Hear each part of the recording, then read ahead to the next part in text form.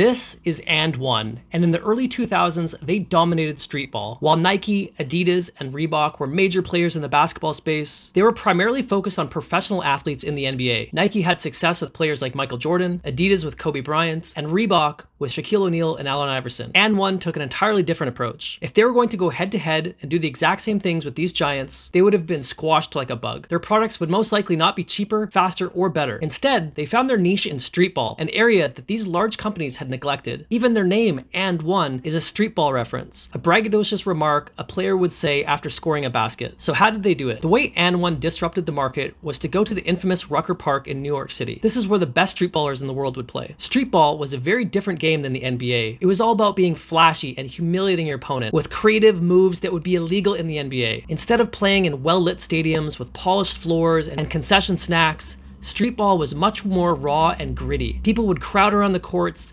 standing on tables, climb up on fences, and gawk from neighboring balconies just to catch a glimpse of the action. And1 decided to film and edit these ballers, layer on some hip-hop music, and then release the tapes to the world. They called them the And1 mixtapes. These mixtapes captured the essence of attending live, complete with the rough pavement, broken nets, graffiti, street noises, and cheering onlookers. They removed all the boring parts from the game and had non-stop highlights of moves that many people had never seen in the game of basketball. And1 had the mixtapes before they even had a brand. This is an important lesson for aspiring entrepreneurs. You don't always have to have everything fully planned out. It's like driving a car at night. You can only see as far as the headlights, but you can make it the entire way like that. Their next move was to establish their name with an aggressive street marketing campaign. They printed thousands of mixtapes and distributed them for free to spectators at street courts, barbershops, streetwear clothing shops, anywhere their core demographic would congregate. And it worked. Soon, the streets were buzzing with the popular subculture version of basketball, and with one brand attached to it. But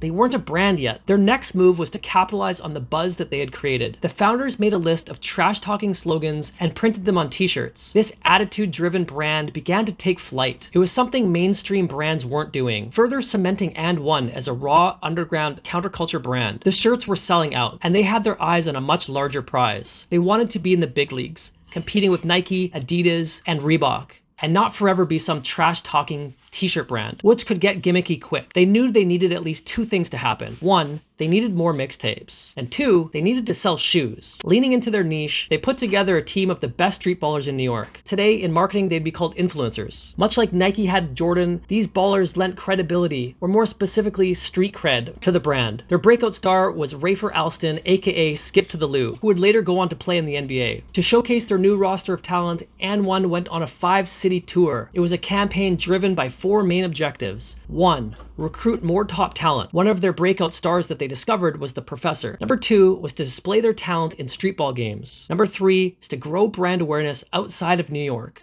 And number 4, be a content engine to produce more of the much hyped and anticipated mixtapes. The tour was a huge success and their fan base continued to grow. Now gaining recognition from large retail brands who were all clamoring to get their hands on their merch. And1 was making a name for themselves, permeating beyond the streets of New York. And1 knew there was a lot more money in footwear and to elevate their legitimacy in their space. Therefore, selling footwear was the next logical step for And1. After some setbacks, And1 had arrived on the main stage and had established themselves as a legitimate player in the athletic, footwear, and apparel industry. They continued to grow in their niche until big brands were forced to take notice. Nike hit back with their Nike Freestyle line, marked by this iconic commercial.